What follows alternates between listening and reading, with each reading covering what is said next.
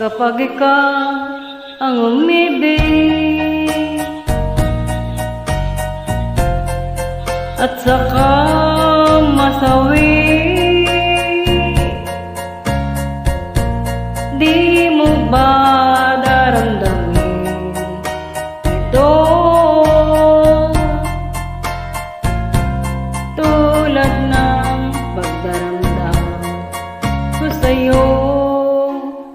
At kung ito ang siyang tunay na mangyari sa puso mo,